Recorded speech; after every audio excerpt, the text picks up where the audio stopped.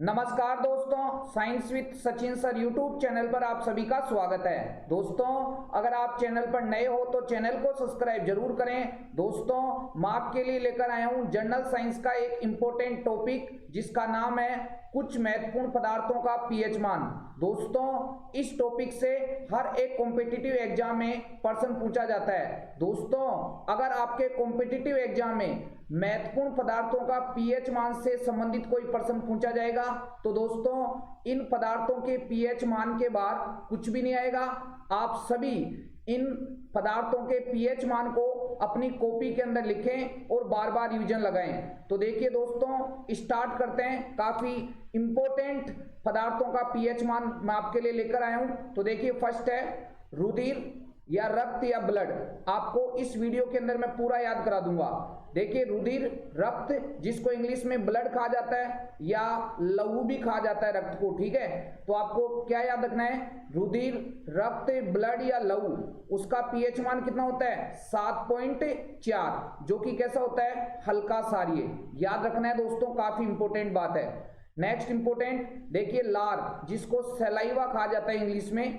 आपको यह भी याद रखना है दोस्तों, कभी कभार डायरेक्ट हिंदी के पेपर में भी ये लिखा हुआ आ जाता है कि बताइए सलाइवा का पीएच मान कितना होता है, ठीक है। तो याद रखना है, लार भी आ सकता है और सलाइवा भी आ सकता है। तो लार या सलाइवा का पीएच मान होता है 6.8, जो कि कैसा होता है? हल्का अम्लीय होता है, ठीक है।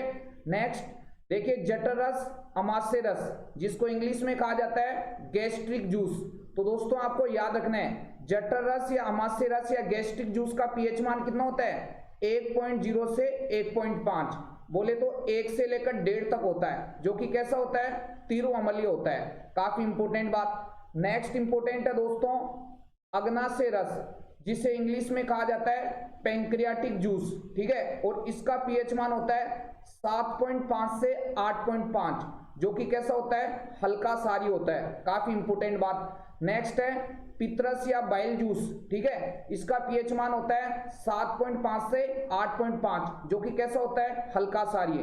काफी इंपोर्टेंट बात है, अग्नाशय रस और पित्रस का पीएच मान बिल्कुल सेम होता है, ठीक है। कंफ्यूज होने की जरूरत नहीं है। कितना होता है? 7.5 से लेकर 8.5। काफी इंपोर्टेंट बात। और ये तो आपको सबको पता है ना, पित्रस या बाइल जूस का निर्माण शरीर का कौन सा अंग करता है? यकृत या लीवर, ठीक है। काफी इंपोर्टेंट बात है। नेक्स्ट देखिए, शुद्ध जल या जिसको क्या कहा जाता है? आसुत जल, ठीक है, या जिसे क्या कहा जाता है? वर्षा का जल। एक ही बात है भाई, ठीक है। क्या? शुद्ध जल, आसुत जल या वर्षा का जल। इसका पीएच मान कितना होता है? 7, जो कि कैसा होता है? उदासीन होता है, ठीक है। याद करना है, इंपोर्टेंट। नेक्स्ट है दूध का पीएच मान कितना होता है? तो दोस्तों आपको याद रखना है कि दूध का पीएच मान होता है 6.4, जो कि कैसा होता है? हल्का अम्लीय। नेक्स्ट देखिए, समुद्री जल का पीएच मान होता है लगभग 8.3, जो कि कैसा होता है? हल्का सारीय। नेक्स्ट है काफी इंपोर्टेंट बात, देखिए अम्लीय वर्षा, एसिड रेन। अम्लीय वर्षा का पीएच मान होता है दोस्तों 5.5 से 5.7, जो कि कैसा होता है? अम्लीय होता है। काफी इंपोर्टेंट बात। नेक्स्ट देखिए, कॉफी का पीएच मान कितना होता है? तो कॉफी का पीएच मान होता है 4.5 से 5.5, ठीक है। काफी इंपोर्टेंट। तो कैसा होता है? अम्लीय होता है। लो जी, नेक्स्ट इंपोर्टेंट है नींबू रस। नींबू रस का पीएच मान कितना होता है? 2.2 से 3.4, जो कि कैसा होता है? अम्लीय होता है। नेक्स्ट इंपोर्टेंट क्या? टमाटर जूस का पीएच मान कितना होता है? 4.0 से 4.4, जो कि कैसा होता है? अम्लीय होता है। नेक्स्ट, मानव मूत्र का पीएच मान कितना होता है? 6 से लेकर 6.5, ठीक है। लो जी, नेक्स्ट आंसू, जिसको इंग्लिश में टीयर कहा जाता है, ठीक है। आंसू या टीयर का पीएच मान होता है 6.5 से 7.6, जो कि कैसा होता है? सारी होता है। नेक्स्ट, मानव वीर्य का पीएच मान कितना होता है? तो 7.2 से 8.2, जो कि कैसा होता है? सारी होता है। नेक्स्ट, शराब का पीएच मान कितना होता है? तो याद रखना है लगभग 2.8, जो कि कैसा होता है? अम्लीय होता है। नेक्स्ट, दही का पीएच मान कितना होता है 4.5 से 5.5, जो कि क्या क्या होता है अम्लीय होता है। नेक्स्ट बियर का पीएच मान कितना होता है, तो दोस्तों बियर का पीएच मान होता है 4 से 5, ठीक है, तो कैसा होता है अम्लीय होता है। सिरका का पीएच मान कितना होता है 2.4 से 3.4, जो कि क्या क्या होता है अम्लीय होता है। नेक्स्ट है milk of magnesia, milk of magnesia का पीएच मान होता है 10.0 से 10.5, बोले तो लगभग 10 से 10.5 होता है, ठीक है, जो कि कैसा होता है क्षारीय होता है। नेक्स्ट इंपोर्टेंट बात देखिए, नेक्स्ट इंपोर्टेंट पीएच मान है NaOH सोडियम हाइड्रोक्साइड, तो NaOH या सोडियम हाइड्रोक्साइड का पीएच मान होता है 14, जो कि क्या होता है क्षारीय होता है। मानव शरीर का पीएच मान होता है 7.0 से 7.8, जो कि कैसा होता है क्षारीय होता है। अम्लीय विलयन, अम्लीय विलयन का पीएच मान होता है 0 से लेकर 6.9 तक, ठीक है, और जो क्षारीय विलयन होता है उनका पीएच मान होता है 7.1 से 14 तक। दोस्तों आपको मैंने इस वीडियो में कुछ महत्वपूर्ण पदार्थों के पीएच मान बताए।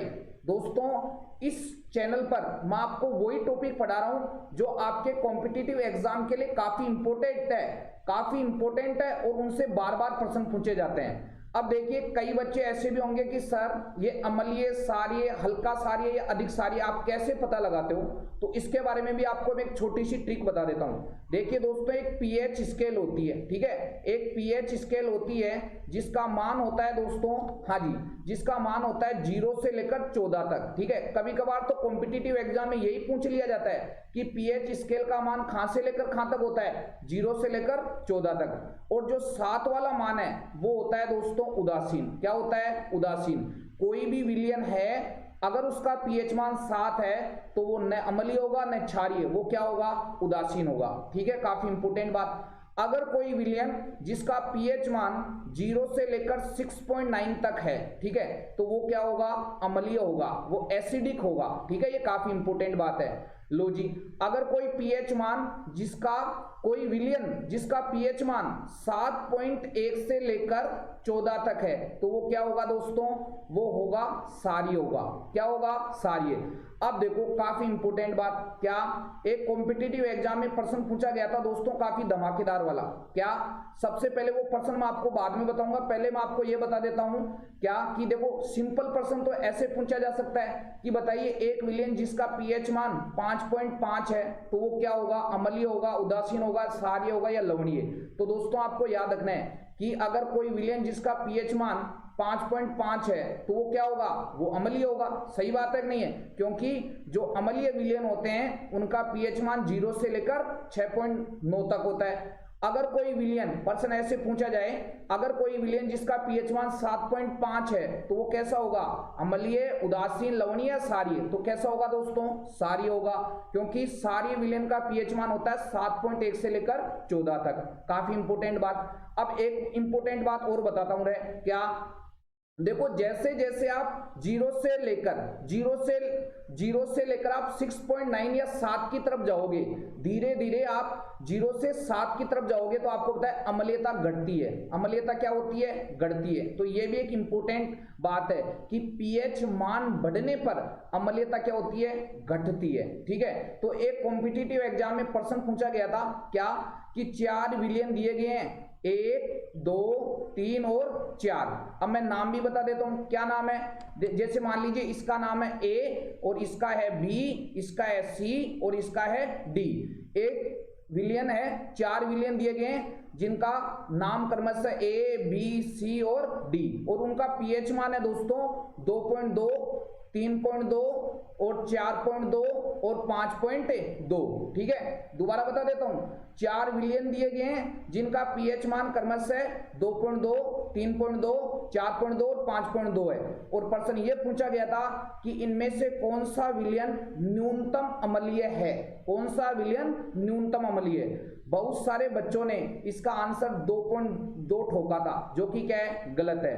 आपको अगर प्रश्न आता है, आपकी तैयारी बहुत अच्छी है, तो अगर आपको प्रश्न में थोड़ा बहुत भी कंफ्यूज लगे तो आप उसको दोबारा रीड करें, ठीक है। तो बहुत सारे बच्चों ने 2.2 लगा के आए थे और ठंड हो गई थी, ठीक है। अरे भाई प्रश्न ये पूछा है कि निम्न में से कौन सा विलयन न्यूनतम अम्लीय है, कौन सा होगा 5.2, तो ये इसका करेक्ट आंसर होगा। क्या होगा रे? Correct answer. ऐसे प्रश्न जरूर पूछे जाते हैं। तो दोस्तों आपके लिए साइंस के बहुत सारे इंटरेस्टिंग वीडियो, आप जब इस चैनल की प्लेलिस्ट खोलोगे तो आपको उस प्लेलिस्ट के अंदर साइंस के इंटरेस्टिंग जो टॉपिक है और उनसे क्या इंटरेस्टिंग प्रश्न पूछे जा सकते हैं, वो सारा मैटर आपके लिए प्लेलिस्ट में दोस्तों अपलोड है। अगर आप विभिन्न कॉम्पिटिटिव एग्जाम की तैयारी कर रहे हो तो दोस्तों एक बार प्लेलिस्ट खोल के जरूर देखें। और मिलते हैं नेक्स्ट वीडियो में, तब तक के लिए जय हिंद जय भारत। ये वीडियो आपको कैसा लगा इसके बारे में आप मेरे को कमेंट बॉक्स में कमेंट करके और बताएं। और दोस्तों अगर आपको ये वीडियो अच्छा लगा तो इस वीडियो को आप ज्यादा से ज्यादा शेयर करें। और मिलते हैं नेक्स्ट क्लास में, तब तक के लिए जय हिंद जय भारत।